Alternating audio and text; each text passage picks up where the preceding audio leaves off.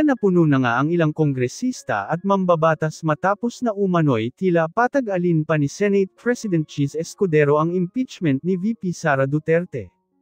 Ayon sa netizens tila pakulo lang ito ni Escudero upang makuha ang loob ng mga supporter ni VP Sara. Narito panoorin ang video kung paano nabuking si Escudero at Inday Sara Duterte. Yung interpretation din naman namin is after studying na rin ito. Pinag-aralan na rin namin ito nga conclusion namin. So meron din po tayong matibay na legal basis kung kilusan na ng Senate ang impeachment complaint or ang articles of impeachment. Meron tayong matibay na legal basis. Ang legal basis natin ang konstitusyon plus ang Senate rules mismo. Tinignan namin pareho eh. Hindi namin nakuha ang impresyon na kailangan nakasession ang Senado as a legislative body. Pero nakasession ang Senado. So pwedeng magtawag ang Senado ng special session ng Senado. Hindi po ito yung special session na kailangan tawagin ng Presidente kasi pati House of Representatives aabalahin natin. Hindi naman sila kailangan abalahin na eh.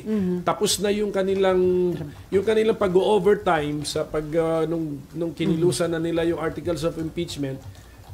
Ginampanan na nila yung kanilang tungkulin sa Constitution. Nag-overtime na sila doon. So, ang tinitignan ngayon nila, ang Senado, kayo naman na mag-overtime kasi kayo na yung korte. Ganun po yun.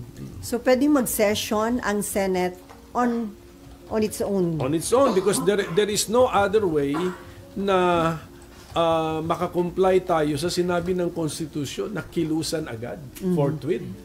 Pero kailangan pa po ba yun na Malacanang magpatawag o initiative na yun mismo ng Senate leadership? Hindi na nga. Kasi kung, Senate leadership initiative na lang. Inisip ko na obligasyon ito ng Senado. Tapos sasabihin namin na hindi namin magampanan ang aming obligasyon kasi hawak ng isang tao yung bola. Kailangan siya magtawag ng special session. Hindi. Paano naging obligasyon ng Senado yun na hindi pala namin magampanan ng sarili namin kasi naka-contingent pala siya sa kilos ng isang tao na labas sa Senado, so the President. So, I think that's the wrong interpretation. Dapat kaya kumilos ang Senado para gampanan niya ang kanyang obligasyon. Sa Senado lang, hindi ka kailangang magdepende sa labas ng Senado.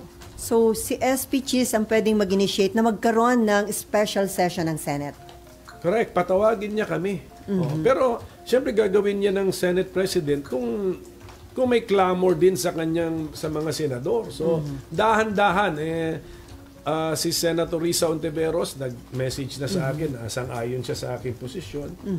May nag-interview sa akin kanina, binanggit daw na even si majority leader, pero wala akong personal knowledge doon. So dahan-dahan, nagiging 3 na kami. So pagdating na niya sa 10, sa 12, that should be sufficient pressure on the Senate President already. Kaya lang yun ang tanong, sir, dahil marami re-electionists, magkakampanya, busy sa campaign. Do you think dadami yung sasama sa inyo na mananawagan kay SP na magkaroon ng Senate session? Dapat siguro mayroon silang maramdaman na pressure sa taong bayan na ito ang tamang pagbasa sa Constitution. Hindi ito dahil sa gusto mong i-convict o gusto mong i-acquit, immaterial yun. Wag natin ipag-usapan yun. Pero yung tamang pagbasa lamang ng utos ng Constitution. Okay, RG, and then Mav, and then Amor. Sir, madalas sabihin, we've been discussing and everybody's been discussing legalities all this time ever since the impeachment first came out and the rules. But there's a tendency to forget that impeachment is essentially a political exercise. So, let me ask, ano ba talaga ang mood dito sa Senado ng mga kasamahan ninyo pagdating sa impeachment? Kasi kung nasa mood sila for an impeachment, madali namang, there can be as many interpretations of the law as there are lawyers. So, pwede naman din nilang ginawa yun on the last day kung talagang gusto nila ng impeachment. So, what is the mood? Is there any appetite in the Senate for an impeachment? Ako kasi hindi ako nakatingin sa mood eh. Nakatingin ako sa obligation eh. how you understand the Constitution. And yun ang sinabi ng Constitution. Nagsenador ka pa. Yeah. Ayaw mo palang mag-judge sa impeachment. Yeah, but do you... Kasama na yun sa job description mo noong umpisa pa. But Pag-file mo ng certificate of candidacy, dapat alam mo na yun. But that's just you, sir. Yung mga kasamahan mo ba, do they share your view? Hindi ko na yun, that's not my problem anymore. But that is what I believe should be the standard demanded by the people of senators. Ganun yun eh. Ganun yun eh. Tapos actually, although sinasabi natin na impeachment is a political process, pinag-isipan ko na rin actually sa dulo. At the end of the day, when you make your decision, then it is real. Ganun. So, Pero hindi ba, sir, correct me if I'm wrong, there is jurisprudence na kapag the rules of the legislature, the internal rules of the legislature, whether it's the Senate or the House, that's just a guide for you to exercise your powers because your power really is in the plenary and ultimately it's a numbers game. Hindi ba ganun yun? So kung babalik po tayo dun sa kung gusto na nakararami, edi may trial na tayo ngayon. Hindi kasi nakonsulta ng mabuti yung body. Kasi sa timing naman ng pag-file. Hindi namin kasalanan yun. Do not blame the Senate on when the articles of impeachment were filed. Wala kaming hand doon. Yung timing na yun. Sa timing na yun, very late in the last day, hindi nga ako sure kung may quorum pa eh. So, tama yun. So, no one is to blame na hindi siya na-actionan officially ng body. But now na nandyan na, dapat aksyonan na officially ng body. So, dapat nagkukonsulta na ang Senate President sa mga senador. At yun na nakukulangan ka, sir, yung consultation with your colleagues. I'm sure baka nagkukonsulta nga siya, but baka nga the majority is backing up his timetable. Exactly That's my why point. That's why I am presenting an alternative point of view. Exactly my point, ito sir. Ito ang tamang point of view. Is it a safe assumption that since kayo pa lang ang nagsasalita and si Senator Risa, the rest would tend to back the SP's position? I'm not making that assumption, but posible, but I'm not making that assumption. So, ang maganda sigurong gawin ng Senate President, magpatawag na po siya ng kahit caucus man lamang. If you were Senate President now, is that what you would have done? Yeah, mag-caucus muna. It's not the official meeting of the Senate as a court. But caucus muna. Dapat, kasi naghiwalay na nung last day. Even before nag-adjourn, baka nga nagampanya na yung mga re-electionists. Wala na sila rito sa building. Sir, since pinupush niyo po yung idea na to, so do you have any proposed timetable? Paano hahatiin ng mga senador yung trial at yung kampanya? Kasi isang tabi ang kampanya. Under the priority ang impeachment. Isn't that a very big ask of your colleagues? That's part of the job description. So, in your case, sir, you're willing to sacrifice your campaign? Ganun, tignan mo ha, nung nasa abroad ako nung nag-declare ng martial law si President Duterte. 5 hours pa lang ako dun sa bansang may official mission ako eh. 5 hours pa lang, balik. Part of the job description because we have to convene after nag-declare ng martial law. Ganun talaga. So, sir, possible na kung hindi masunod yung sinasabi yung tamang point of view na dapat gawin ng Senate dito sa articles of impeachment against BP Sara, maaaring marami pang petition na ma-file sa Supreme Court? Pwede. Tsaka criticism. Anyway, we are really a political body. Talagang sanay na kami sa brickbats and sa criticism. Pero sayang, this is an unnecessary criticism against the Senate. Kasi ginagamit yung forthwith, hindi na sinusunod yung ang mandato ng Constitution. Susunod lang kami ron. Ang dami namin time eh. Pwede nga ngayong March eh. March. Pwede na mag-start sa March. Pero sir, ang tanong, kasi may 3 petition na ngayon sa SC. Isa for the immediate na pag-convene ng Senate as impeachment court. Yung 2, nananawagang i-TRO o pigilan itong impeachment trial kay BP Sara. Ang tanong, meron bang jurisdiction ang Korte Suprema sa ganitong impeachment issue? Kasi sabi ni dating Senate President Franklin Drilon, parang hindi pwedeng i-touch ng Supreme Court yung ganitong... Hintayin natin yung ng decision ng Supreme Court. Pero meron pa kasing political question eh. Open pa rin yung concept ng political question. Although lumiit daw yun under the 1987 Constitution, nandun pa rin. So baka itong sitwasyon na to ay bagsak doon or pasok doon sa political question. Okay, ma'am. Ay, meron ka pa, RG? Sir, sinasabi po ninyo na pwedeng yung Senado magpatawag ng session by itself. Paano po yung magiging process nun, sir? How would it go about? Mag-convene kami. Tapos House, mga members of Congress, magre-report doon sa Batasang Pambansa. To do what?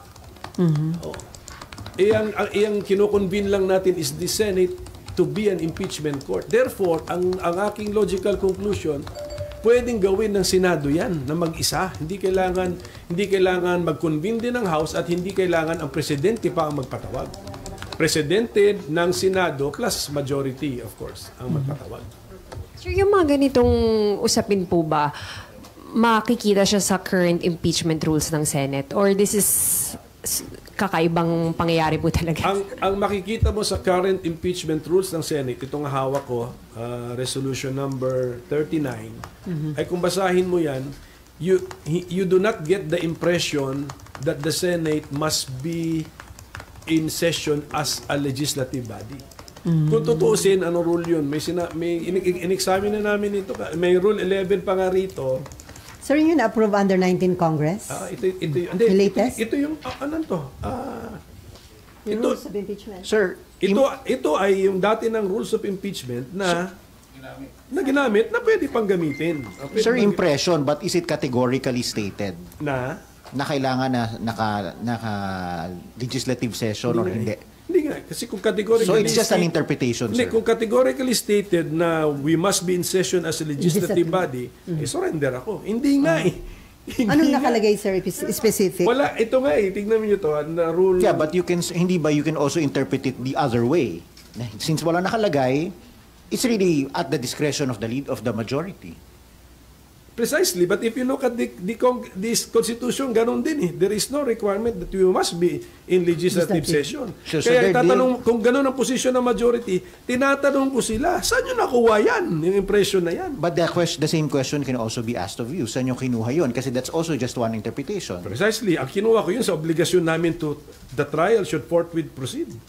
So nothing is categorical. Kaya Either side, nothing is categorical. That's why we have this debate. Kaya kinukonvince nga natin yung ating mga kasama rito sa Senado, including the Senate President, na logical yung ating position. Logical, may legal basis. Tingnan na lang natin itong Rule 10. Dito Rule 11, Rule 10. Ano nakalagay, sir? Nakasulat dito at 2 o'clock in the afternoon or at such other hour as the Senate may order of the day appointed for the trial of an impeachment, the legislative business of the Senate, if there be any, shall be suspended, etc. Kung basahin mo na lang yun pinapakita na kahit merong legislative business, priority si impeachment. Kasi isuspend mo ang legislative business mo kung meron. So, priority kung talaga. meron. So, ibig sabihin nun, pwedeng wala. Sa rules nyo yan. Correct. In the rules. So, pwedeng wala. And then kahit nga meron, isuspend mo But, yeah, kaya nga, kung your rules can always be suspended with unanimous consent or majority numbers of the Senate. Right? The rules of the impeachment rules. Yeah. Iba na to. Or any Impeachment internal rule rules. of the Senate. If the majority so decides, you can always suspend it, set it aside, even amend it. Amend it, yeah. Pero as long as hindi pa amended, ano sundin yan namin? yung existing. Yung mag-imagine kami na as if amended. Dito muna tayo sa wording of the existing, di ba? Kung how it is written, dito tayo. So all of this taken into consideration, ayaw nila gawin yan ng majority. So ibig sabihin, it stands to reason, ayaw nila ng impeachment. Hindi ko pa masabing ayaw ng majority. Kasi Yeah, but how else do you explain why they do not share your view? Baka yung attention nila nga nasa iba. That's where we're now focusing on this matter. So, and then so that the Senate President can focus every senator's attention on this matter, magpatawag na siya ng caucus. Sir, do you intend to talk to SP about that? Yeah. Kakusapin niyo sa SP? Sabi ko sa SP, sulatan ko pa siya. Sulatan niyo ulit. Sulatan ko ulit. Para siguradong in writing. Okay, ma'am, follow up. Sir, isa lang po.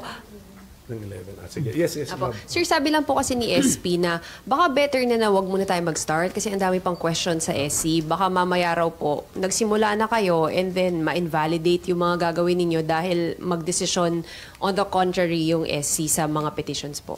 Ano naman yun, masyado nang maingat yun. That's too cautious an approach. Maganda rin may cautious siya pero not too cautious na pagbasa mo ng Constitution and trial in the Senate shall forthwith proceed. Yung sabi.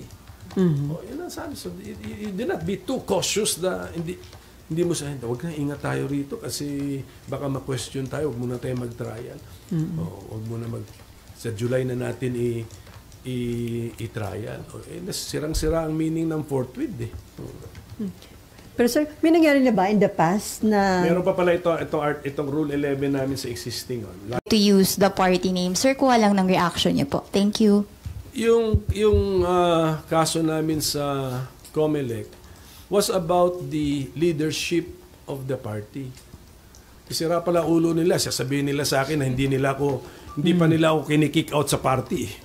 Tapos aangal sila na andun pa sa existing stationery ko yung PDP Laban, di ba? So may karapatan pa kayo, sir, na gamit?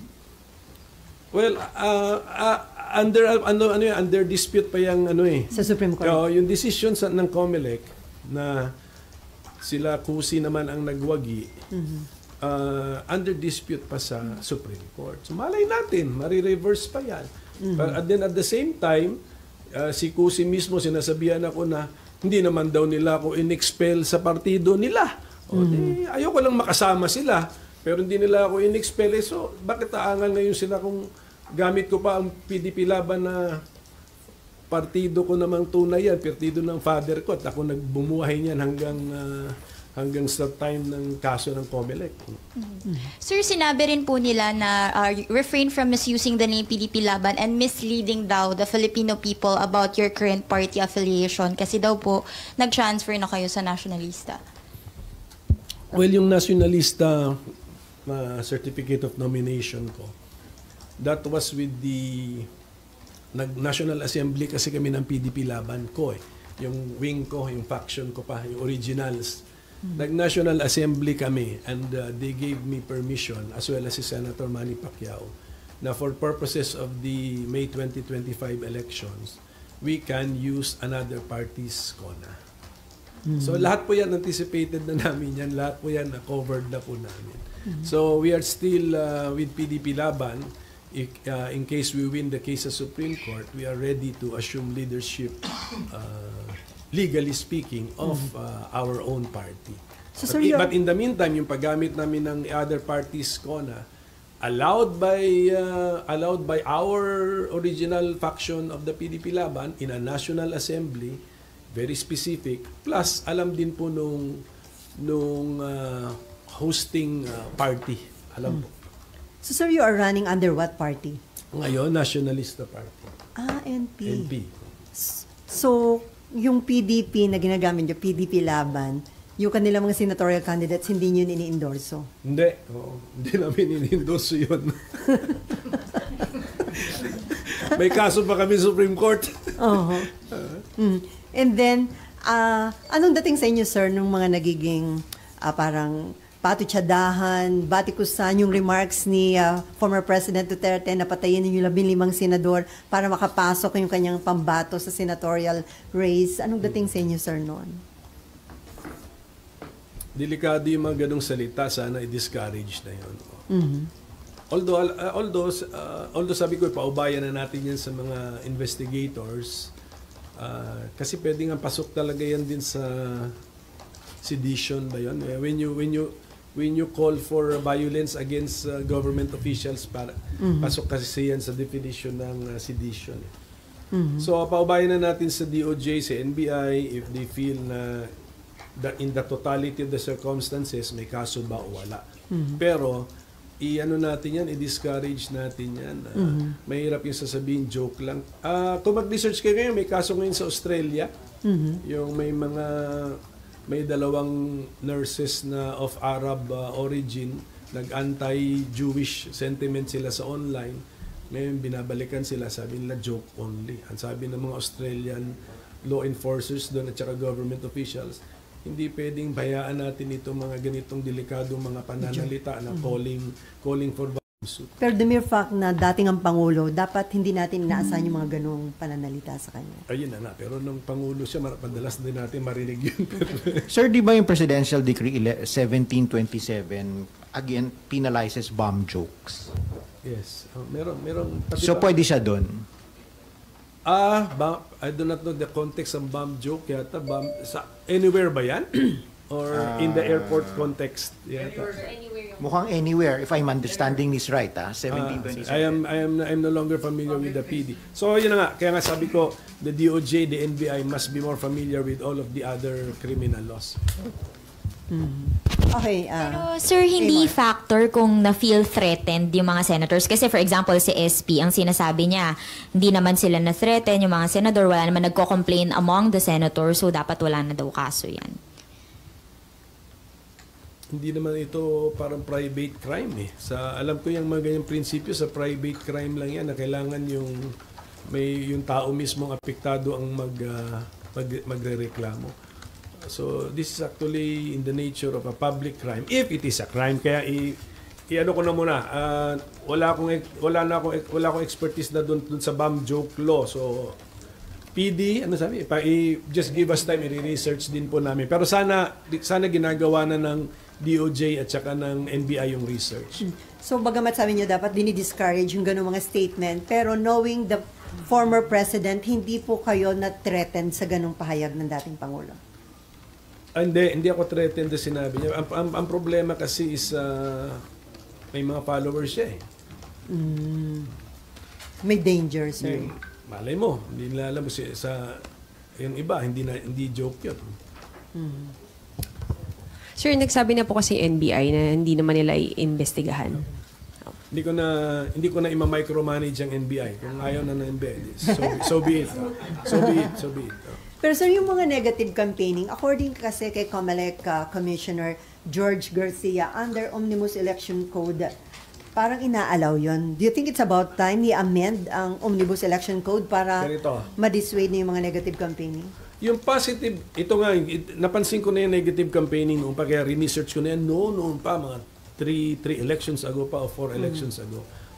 Yung positive campaigning, kailangan mo i-identify sarili mo, di ba? Kunyari, mag-aalalagay ka ng ad o maggagawa ka ng mga printed materials, paid for,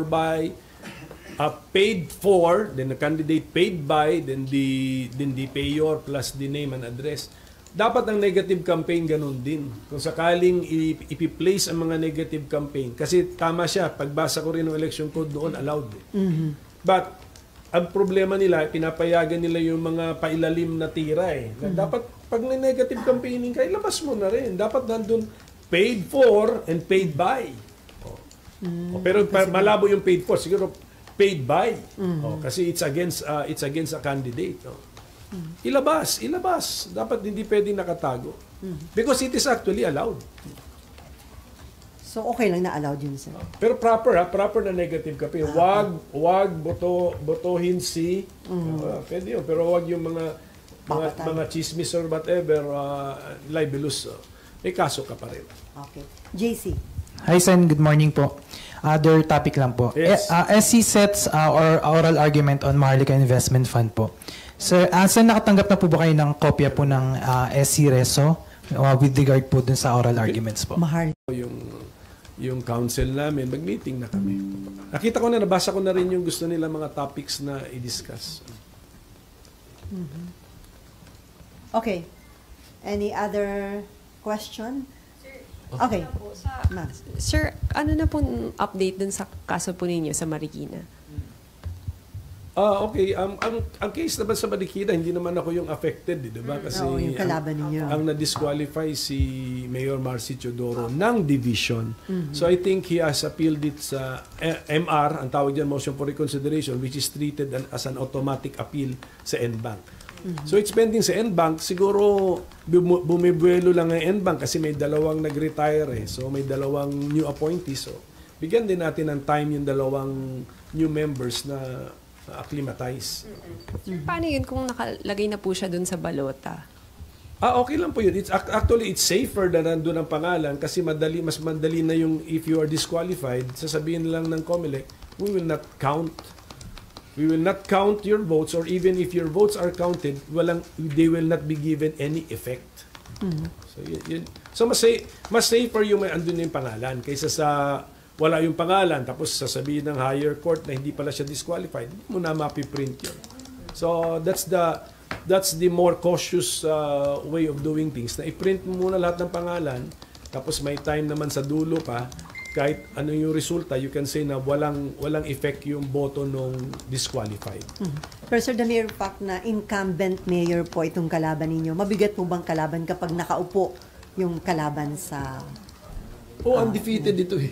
Undefeated. Mabigat dahil he is an undefeated politician in Marikina. Pero hindi yun ang issue. Ang issue rito is in running as a member of the House of Representatives, hawak pa ba niya lahat ng qualifications? Kasi he did something, he moved to another district. Yun eh. He moved this registration to another district. Yun. So pagbalik, na-violate na yung 1-year residency requirement. So anong plano niyo? Paano niyo dadalhin sir yung kampanya niyo considering na ang kalaban niyo nakaupong mayor ng Marikina? The traditional way lang of campaigning, winning the hearts and minds of the people. So, may track record naman si mayor as mayor, may track record naman ako as public servant, as legislator. Ang tinatakbuhan namin is as legislator. So, pwede na. Meron din tayong K At the mere fact na at the mere fact na legitimate na mga taga-Marikina kayo, sir. Opo. 50 years na po ako dyan sa Marikina. How many voters do you have in Marikina, 100, doon sa District 1, 130,000. Sa buong Marikina would be around 300,000. Sir, may patanong lang si Nympha. Yung request nyo na magkaroon ng caucus yung mga senadora, susulatan nyo po ba si SP Cheese at ano yung subject ng second letter nyo sa kanya? Kung pwede kong ma-personal makausap si Cheese, sasabihin ko na. Pero Hindi yung sasabihin ko sa kanya, i-reduce ko pa rin in writing. Okay. So mag-request ako ng caucus para ma-explain niya yung position niya sa mga senators, bigyan niya rin ako ng time i-explain ko yung position ko. So yun po yung laman ng aking second letter sa kanya. So sir, hanggang ngayon, wala pang initial response si SP doon sa unang letter niyo sa kanya? Wala pa in writing. In writing, pero nandun na yun. Sinagot na sa yata ako sa press con. Kaya So ganun na lang. Magsagutan na lang kami sa media. Pero kung nandito siya, sir, kakausapin niyo personally. Okay naman kami ni SP Cheese. SP, andito ka ba ngayon? Pag-akyat, same floor naman kami. Di bandaanan ko na siya. Okay. Any additional question? No more? Okay. Sir, there's a new PCO secretary. Yeah. Who I understand is Other staff, dati mong staff. what do you mean? Tinext ko nga siya eh. Sabi ko, ginulat mo naman ako rito. Hindi ko alam na. Si Cesar, kaibigan ko rin yun. Kumpare ko yun. Kasama ko sa National Youth Commission si Cesar. Pero, sure na ba yun? Is that confirmed already? Si Jay? Cesar Chavez already announced. Na si Jay na is the answer. Knowing Jay bilang dating staff, is he qualified for that position? Yes, of course. Kilala nyo rin si Jay, di ba? You know him, and then you work with the giant media company, and he's also Ilocano. Di ba? So you think that was a factor? But I don't think so, kasi si Cesar naman sa Bicolano. So, hindi. It wasn't a factor, pero he's qualified, si Jay. Sir, may implication ba yun? Yung madalas na pagpapalit ng PCO? Parang may problema ba? Baka mahirap i-manage ang opisinang yan. Hindi ko alam eh. Wala akong personal knowledge sa politics ng mga ng media eh. So baka mahirap patakbuhin yung opisina na yan. Kasi actually, no, ang PCO kasi, no, parang pinagsasamang iba-ibang, di ba, napansin natin sa budget process yan eh. Iba-ibang mga opisina, pilit na pinagsasama sa isang departamento. So, I hope si Jay can do it with his pleasing personality, i-PR niya lahat yan, pagtsagaan niya lahat yan. So, hintayin na lang natin. We wish him all the best. No? And then the new, DOTR Secretary, sir. Sa tingin nyo madaling makakalusot yun sa CA? Sa tingin ko. Dating staff din ng mga dating staff. Nila Alan naman yan. Yeah, so, basta alam ni Vince yung pinapasok niya. I mean, ganun din yan. Parang same nature like a PCO yan kasi iba-ibang, air, rail, land, water, transportation, sea, iba-iba rin. So, iba-ibang disciplines. So, we wish the new members of the President's Cabinet, we wish them all the best. Kasi isang bansa lang naman tayo. So, we want our government to succeed because our country will also benefit and our people. So. Ay, sir, starting today, in-implement na yung National Food Emergency ba yun? Disposal, the movement of those nakastock. Pamigay na yan or ipamigay or ibenta na yan at very affordable prices habang pwede pa siya sa fit for human consumption pa. Pero ito lang po yung aking bigla ko lang itong naisip eh. Yung presyo ng bigas sa merkado, hindi ba parang artificially high din siya? Bakit ko nasasabi yun? Maraming mga pinamimigay na bigas eh. Pinamimigay yung mga bigas. Tingnan niyo yung mga politiko. Ano mga pinamimigay nila? Bigas. Ibig sabihin, marami sigurong supply ng bigas. But how come the market prices are still high? Dapat yan pababa. Kung maraming supply. Binibigay na nga eh. So, I hope that the DA will take a look into So, may nagsasamantala, sir? Hindi ko nga alam eh, but there's something wrong. There's something wrong. Dapat yan naturally, kung talagang free market forces yan, dapat yan bumababa. Kasi ang pinamimigay na po ng mga politiko, puro bigas. Therefore, ang daming bigas. Sir, wala bang danger na yung ilalabas ng NFA na nasa mga warehouse nila, bilhin din naman ng ilang mga unscrupulous trader at siyempre mababa nilang mabibili? Yan. Iba na yan. Bantayan na lang ng mabuti. Yan na. Ginagawa natin lahat ito to release the stock na nasa NFA warehouses para mabenepisyuhan ng ating mga kababayan.